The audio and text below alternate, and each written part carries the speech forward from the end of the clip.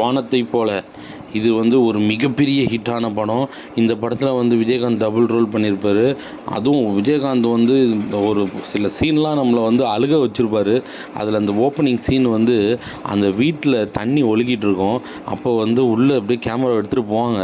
என்னன்னு பார்த்தா தன் மடியில் வந்து விடிய விடிய தன் தம்பிகளை படுக்க வச்சு அந்த வாழை இலையை வந்து தலைக்கு மேலே வச்சு அந்த கண்ணு வந்து ரெட்டாக விஜயகாந்த் அவர்கள் வந்து வேற மாதிரி அழுக வச்சுருப்பார். எல்லாத்தையும் டைரக்டர் வந்து செதுக்கியிருப்பார் இந்த படத்தை. அப்பேற்பட்ட சீன்ஸ்லாம் வந்து நம்மளை வந்து அண்ணன் தம்பி பாசத்தில் வந்து அழுக விட்டுருக்கோம்.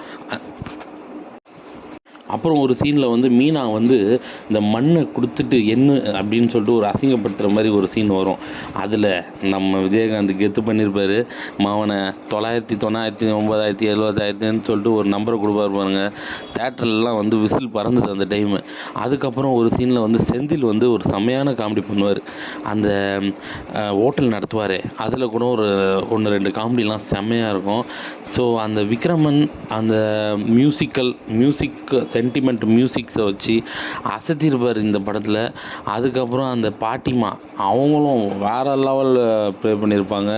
அதுக்கப்புறம் வந்து லிவிங்ஸ்டன் வந்து ஒரு ஒரு போலீஸாக வந்து அண்ணனை அரெஸ்ட் பண்ண முடியாமல் அந்த தவிக்கிறதும், பிரபுதேவா காலேஜில் அப்படியே எங்கள் எல்லாத்துக்கும் காரணம் எங்கள் அண்ணன் தான் சொல்கிறதுலையும் வந்து நம்ம வந்து சத்தியமாக கண்ணில் தண்ணி வச்சுட்டு தான் வெளில வந்திருப்போம் தேட்டரில்.